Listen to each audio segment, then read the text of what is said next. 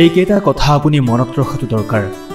উকিলে বিচাৰে আপুনি জামেলাত পৰক আৰু ডাক্তৰে বিচাৰে আপুনি বেমাৰত পৰক। পুলিচে বিচাৰে আপুনি বেআইনী কাম কৰক। ইলেক্ট্ৰিচিয়ানে বিচাৰে আপোনাৰ ঘৰৰ ৱাৰিং জ্বলি যাওক। ভাড়াঘৰৰ মালিকে বিচাৰে আপুনি যাতে কেতিয়াও নিজৰ ঘৰ বনাব নোৱাৰে।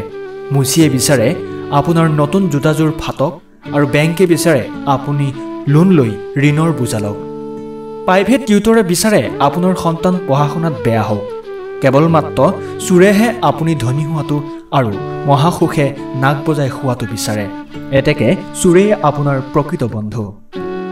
তিনিটা বস্তুৰ ওপৰত ভৰসা কৰা উচিত নহয়: নদীৰ পাৰৰ মাটি, ব্ৰেক নথকা গাড়ী আৰু ঘৰ এৰা নাৰী। তিনিটা বস্তু আমাৰ জীৱনলৈ এবাৰেই আহে: পিতৃ মাতৃ, সৌন্দৰ্য আৰু যৌৱন। তিনিটা বস্তু মৃত্যুৰ পিছত কামত নাহে: সুসন্তান, ভাল কাম আৰু পৰোপকাৰ। তিনিটা স্বভাৱে সময় নষ্ট কৰে: চুৰি ডকাইতি, কথা লগাই ফুৰা, মিছা কথা কোৱা।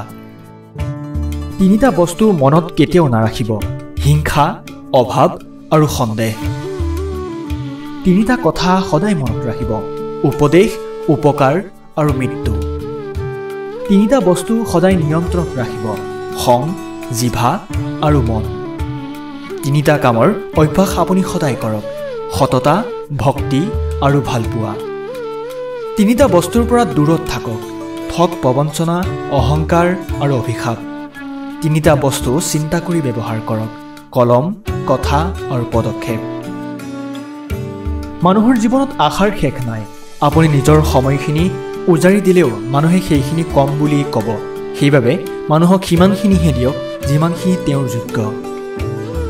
সকলোতকৈ ডাঙৰ অন্ধটো সেইজন যি নিজৰ ভুল কেতিয়াও দেখা নাপায়। সকলোতকৈ ডাঙৰ অশিক্ষিত সেইজন যি নিজকে সদায় নিৰ্ভুল বুলি ভাবে। আনৰ আচৰণৰ বাবে নিজৰ আভ্যন্তৰীণ শান্তি নষ্ট কৰাটো উচিত নহয়। নিজৰ উন্নতিত ইমানেই সময় দিয়ক যে আনৰ বদনাম কৰিবলৈ যাতে আপোনাৰ হাতত সময় নাথাকে। যিমান দিনলৈ মানুহ অসৎ হৈ থাকে সিমান দিনলৈ সেই মানুহৰ কোনো শত্ৰু নাথাকে। কিন্তু যেতিয়াই তেওঁ সৎ হৈ উঠে তেতিয়া তেওঁৰ শত্ৰুৰ অভাৱ নাথাকে। কেতিয়াবা কেতিয়াবা অতিৰিক্ত স্বাধীনতাই মানুহক আধুনিক কৰাতকৈ বেছি অসভ্যহে কৰি তোলে। সৎ পথত কাঁইট বেছি, অসৎ পথত বন্ধু বেছি। সকলোৰে জীৱনতে সমস্যা থাকে। কোনোবাই ভয় শংকাত ভোগে, কোনোবাই সংগ্ৰাম কৰি আগুৱাই যায়। মনত ৰাখিব, সমস্যা থাকিলে সমাধানো অৱশ্যেই থাকিব। কোনোবাই দেখি শিকে, কোনোবাই ঠেকি শিকে, আৰু যিজনে একোৱেই নিশিকে তেওঁৰ জীৱনতেই দুখ চিৰকাল থাকে। নাৰীয়ে যদি ঘৰৰ জামেলাবোৰ নিজৰ মাজতে সীমাবদ্ধ কৰি ৰাখিব পাৰে তেন্তে সেই সংসাৰলৈ শান্তি ঘূৰি আহিবই। কাৰণ পুৰুষসকলে ঘৰৰ বাহিৰৰ দায়িত্ব চম্ভালিবলগীয়া হয়। মনত ৰাখিব, যিকোনো সংসাৰত পাৰিবাৰিক অশান্তি প্ৰথম ঘৰৰ পৰাই আৰম্ভ হয়। বয়স নহয়, হিচাপ কৰ যদি অভিজ্ঞতাৰ হিচাপ কৰক। কাৰণ অভিজ্ঞতাৰ পাহাৰ যাৰ যিমান বেছি, উচ্চ জীৱন যুদ্ধত তেওঁ সিমানেই দক্ষ। চেহেৰাৰ প্ৰেমত পৰিলে আপুনি তেওঁক পাহৰিব পাৰিব, কিন্তু কথাৰ প্ৰেমত পৰিলে তেওঁক আপুনি কোনোদিন পাহৰিব নোৱাৰিব। মানুহৰ লগত যিমানেই সম্পৰ্ক কৰিব সিমানেই অভিজ্ঞতা অৰ্জন কৰিব পাৰিব। সেই অভিজ্ঞতা ভালেই হওক বা বেয়াই হওক, দুইটা অভিজ্ঞতাই আপোনাক পৰিপক্ক কৰি তুলিব। ভালপোৱাজনক বহুত বেছি ভালপোৱা দিয়াৰ পিছতো যদি তেওঁ এৰি যায় তেতিয়া নিজকে ব্যৰ্থ বুলি নাভাবিব। ব্যৰ্থটো সেইজনহে যাৰ আপোনাৰ ভালপোৱাক বুজাৰ শক্তিয়ে নাই।